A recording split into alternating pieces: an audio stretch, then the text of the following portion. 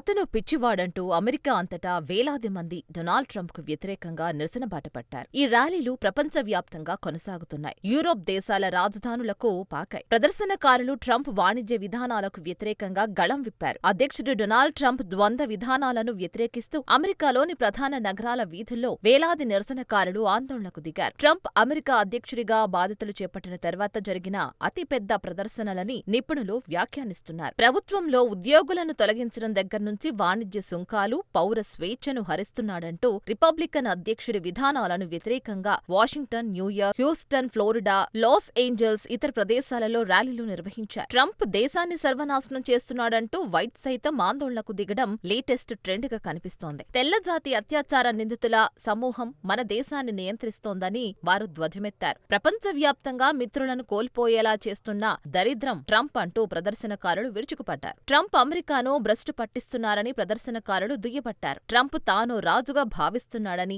America ప్రజాస్వామ్య దేశమని మర్చిపోవద్దని ఆందోళనకారులు ప్లకార్డులు ప్రదర్శించారు.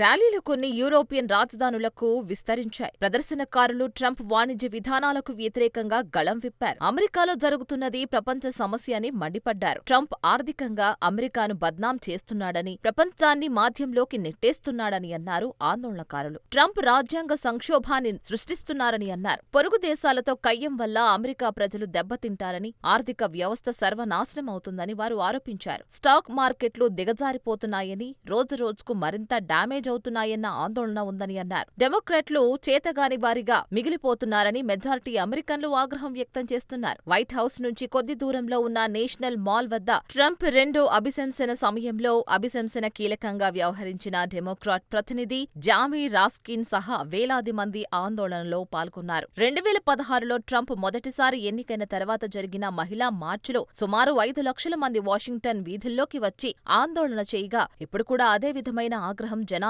3 నెలల్లోనే కనిపించడం విశేషం. వేలాది మంది పాల్గొంటారని అంచనా వేయగా అందుకు రెట్టింపు జనం హాజరయ్యారు. మరోవైపు ట్రంప్ పాపులారిటీ సైతం రోజురోజుకి దిగజారిపోతున్నాయని రేటింగ్ సంస్థలు అంచనాలేస్తున్నాయి. అధికారం చేపట్టినప్పటి నుంచి అత్యల్ప స్థాయికి పడిపోయింది. ప్రపంచవ్యాప్తంగా వ్యతిరేకత పెరుగుతూ ఉండడంతో అమెరికన్ల నుంచి ఆందోళనలు వైట్ హౌస్ ఖండించింది. ఎవరెంతగా ఆందోళనలు చేసినా తన విధానాలు ఎప్పటికీ మారవని ట్రంప్ తేల్చి చెప్పడంతో వచ్చే రోజుల్లో అమెరికాలో ఆందోళనలు మరింత పెరిగే అవకాశం ఉంది.